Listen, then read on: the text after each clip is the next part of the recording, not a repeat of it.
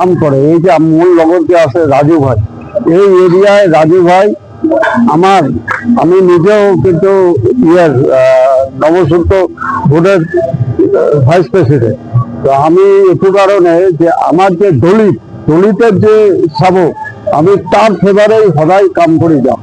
তো রাজু ভাই এই এরিয়ায় পুরা দলিত সম্প্রদায়কে রাজু ভাই ভাল করে করে রাখিছে, সব ভাল আছে, সব সুন্দর মতো চাইছে যে ইমান বাবার আশীর্বাদ থাকলে ইমান ডাঙর একটা মন্দির হয়।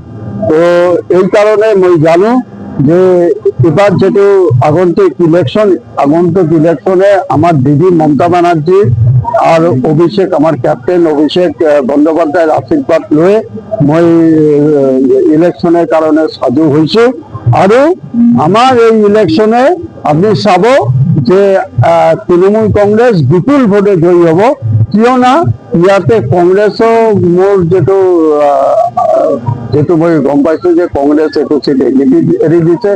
আর হবু কলিতা তো রবীন্দ্রনারায়ণ কলিতা এজিপির পরা ইয়ার ক্যান্ডিডেট, কথাই নাই, একদম হেল দৌ করে সমস্ত রাইট মূল লগত আছে থাকিব। ভোটের রেজাল্ট পিছত আপনারা গম পাব যে তৃণমূল কংগ্রেসের ক্যান্ডিডেট অভিজিৎ কলিতা বিপুল ভোটে বিজয়ী। উনি যেটা মূল কথাখিনি কলে আপনার মূল প্রতিদ্বন্দ্বী কাক বুলি ভাবে স্যার? মূল প্রতিদ্বন্দ্বী তো বিজেপি আসলে, বিজেপি তো ক্যান্ডিডেট দিয়া নাই।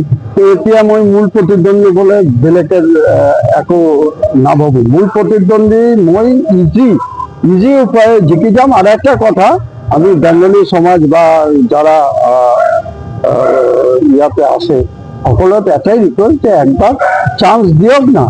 যে ইমান দিন ধরে আজি কেতিয়াও বেলেগ ক্যান্ডিডেট দিয়া নাই। আমি যেতিয়া এটা সম্প্রদায়ের পৰা আহিছো, আমার একটা চান্স দিয়ক, চাই চাক যে কি হবে।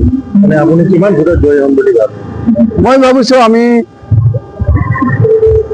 মিনিমাম 20,000 ভোটের ব্যবধানে জয়ী হম। আমি 1 লাখ ভোট পাম। আর ইয়ার প্রেসিডেন্ট আমার রাজু ভাই, মন্দিরের প্রেসিডেন্ট। অকমান কিবা কম 5 বছর আমার আগৰ পৰা চিনি পাওঁ দাদাকে, ভাল মন্দিৰকে দিছে। আগত যিটো যেতিয়া মেইনটো ইলেকশ্যন আহিব তেতিয়া আশা আছে আহিব, ভাল কাম কৰিব বুলি আশা কৰি আছে। জিকিব বুলি এতিয়া কনফিডেন্স আছে, জিকিব লাগিব। ভাল মানুহ আহিলে ভাল পাওঁ, এইখিনি কথাই।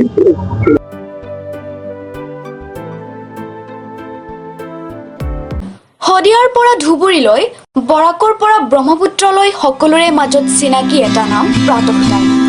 থলুৱা ভাষা, কৃষ্টি আৰু সত্য বাতৰিৰ আধাৰত প্ৰতিষ্ঠিত খবৰ প্ৰাতঃ টাইমৰ প্ৰতিটো বা বাতৰি পুংখানুপুংখভাৱে চাবলৈ Facebook, YouTube, website, Twitter, Instagram আৰু ব্লগাৰ পেজত লাইক আৰু ফ'ল' কৰক।